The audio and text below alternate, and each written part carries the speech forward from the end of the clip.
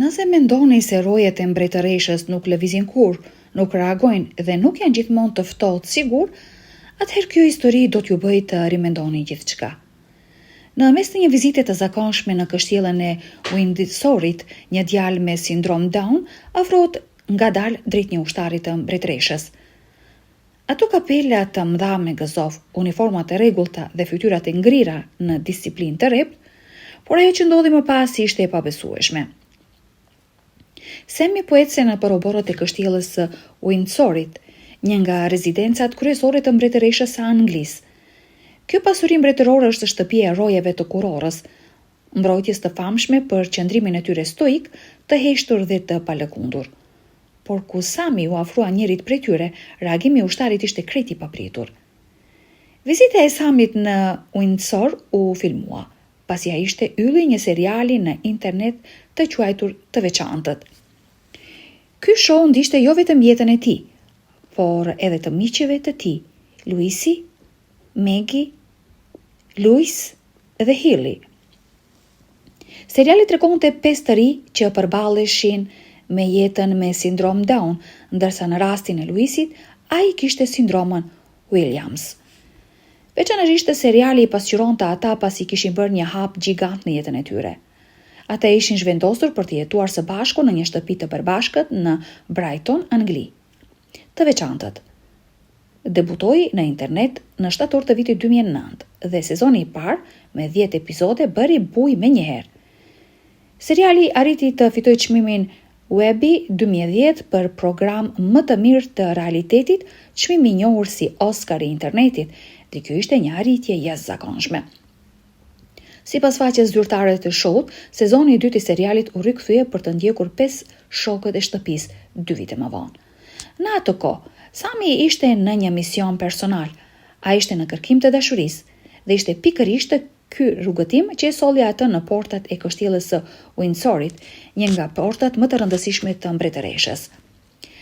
Kështjella e Windsorit u ndërtua pothuajse 1000 vjet më parë, që nga shekulli 12, kjo strukturë madhështore ka qenë shtëpi për monarkun në fuqi, duke e bërë atë pallatin anglez më të vjetër të banuar pa ndërprerje në histori. Kur ishte në Mbretërinë e Bashkuar, mbretëresha Elizabeta e II zakonisht qëndronte në këtë kështjellë ose në pallatin Buckingham në Londër.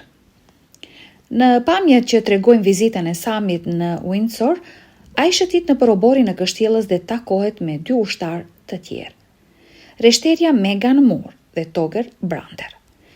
Megjithse ishin pjesë e shërbimit mbretëror, këta ushtar nuk kishin të njëjtin regjim të rrept si rojet e mbretëreshës dhe për fat të mirë për Samin, ata ishin të lirë të flisnin dhe të ndërvepronin me të.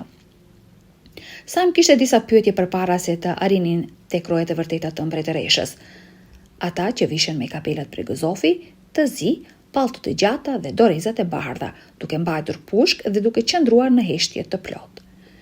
Me humor ai pyeti: "A ka ndonjë betejë këtu brenda?" Reshterja Meghan me një buzëqeshje të lehtë ju përgjigj duke bërë shaka. Në këtë moment, shpresoj që jo. Më pas Sami, Brander dhe Meghan i afrohen njërit prej rojave në detyrë. Ai kishte pamje tipike të një roje mbretërore: kapel me gëzof të zi, pallto të gjatë gri, doreza të bardha dhe pushk në dorë. Ai qëndronte në heshtje të plot i palëvizshëm, duke ruajtur nderin e mbretërisë. Si shumë turistë të tjerë, Sami vendosi të bëjë një foto pranë rojes. Kjo është diçka normale që ndodh çdo ditë. Zakonisht rojet nuk reagojnë për sa kohë që vizitori nuk bëhet i padisiplinuar apo i rrezikshëm. Nëse ndodh diçka e tillë, roja mund të jep një paralajmërim me zë të lartë, madje ndonjëherë të ndërmarrë dhe masa më të rënda, por Sami nuk e dinte këtë. Ndoshta Sami u afroa pak më shumë se ç'duhej, ose ndoshta qëndroi pranë rojes për pak më shumë kohë se sa lejohej. Papritur, roja mbretërore stampoi me forcë këmbën në tokë, një veprim paralajmërues për t'i kërkuar Samit të largohej. Zhurma ishte e fortë, e menjëhershme dhe ndoshta për dikë që nuk e pret edhe e frikshme. Sami u step në një moment, pastaj vrapoi pak më larg duke ruajtur distancën. Në fytyrën e tij u shfaq një hutim i përzier me të qeshur, ndërsa u kthye dhe ushtarët që i kishin shoqëruar, duke shpërthyer në një të qeshur të lehtë, ndoshta për të fshehur ndrojtjen që ndjeu në atë moment. Por ajo që ndodhi më pas ishte edhe më prekëse. Pasi e qeshura u shua, u zbulua se Sami nuk ishte thjesht një turist i zakonshëm që po vizitonte kështjellën. Roja që kishte reaguar me atë veprim të ftohtë ishte në fakt vëllai i vogël i Samit, Xheku. Po roja mbretërore që Sami u afrua ishte vetë vëllai i tij biologjik. Një vit para kësaj vizite, Xheku ishte rekrutuar në ushtri dhe për shkak të shërbimit të tij, dy vëllezërit nuk kishin pasur mundësi të takoheshin për një kohë të gjatë. Prandaj, kur Sami mësoi se vëllai i tij ishte vendosur për shërbim në kështjellën e Windsorit, ai vendosi ta vizitonte, edhe pse e dinte që nuk do të mund të fliste me të. Kishte vetëm një problem. Gjatë detyrës, Xheku nuk mund të komunikonte me askënd. Si pjesë e rrojeve të mbretëreshës, ai duhet të qëndronte në heshtje absolute, pa treguar asnjë ndjesi apo reagim emocional. Por për Samin, ky nuk ishte vetëm një ushtar, ishte vëllai i tij i vogël që i mungonte tmerrësisht shumë. Pra, edhe pse shumë roje mbretërore përdorin stampimin e këmbës për të paralajmëruar turistët që afrohen shumë, veprimi i Xhekut mund të ketë qenë ndryshe. Ishte një mënyrë për ta përshëndetur vëllain e tij pa thyer protokollet. Ndoshta ishte një shaka e vogël vëllezrore, një formë e heshtur komunikimi mes dy njerëzve që ndanin një lidhje të veçantë. Pavarësisht kësaj, ndërhyrje të papritura dhe momentit të sikletshëm, të dy vëllezërit patën mundësi të takoheshin më vonë në kazermat e rojeve. Aty, emocionet e përmbajtura gjatë ditës shpërthyen. Sami dhe Xheku përqafuan fort njëri tjetrin, në një përqafim të sinqertë dhe të mbushur me mall. Xheku e ngre vëllain e tij të madh për pjetë dhe të dy qeshnin si dy fëmijë që nuk janë parë prej vitesh. A të pëlqeu vizita në kështjellë? Pyeti Xheku. Po, shumë, tha Sami, por më ke munguar. Edhe ti më ke munguar, ju përgjigj Xheku me një zë të butë e të emocionuar. Dhe ishte e qartë për të gjithë. Kameramanët, miqt, ushtarët, që dashuria vëllezërore mes tyre ishte e thellë dhe e pakushtëzuar. Ajo lidhje që nuk thyet as nga rregullat mbretërore, as nga uniformat e as nga heshtja zyrtare. Më vonë gjatë bashkëbisedimit të tyre të qetë, Sami rrëfeu vllait që arsyeja pse kishte ardhur në Windsor nuk ishte vetëm për ta parë. Ai kishte një mision më të madh, ishte në kërkim të dashurisë, ishte një ëndër që Sami po e ndiqte me gjithë zemër dhe Xheku, edhe si ushtar, edhe si vëlla, i qëndroi pranë për t'i dhënë zemër. Ai e inkurajoi Samin që të mos hiqte dorë, të besonte në veten e tij dhe në zemrën që kishte për të ofruar. E gjithë kjo bisedë ishte një shembull prekës i forcës emocionale që familja dhe përkrahja mund të japin, sidomos për njerëzit me nevoja të veçanta që përballen me sfida të përditshme.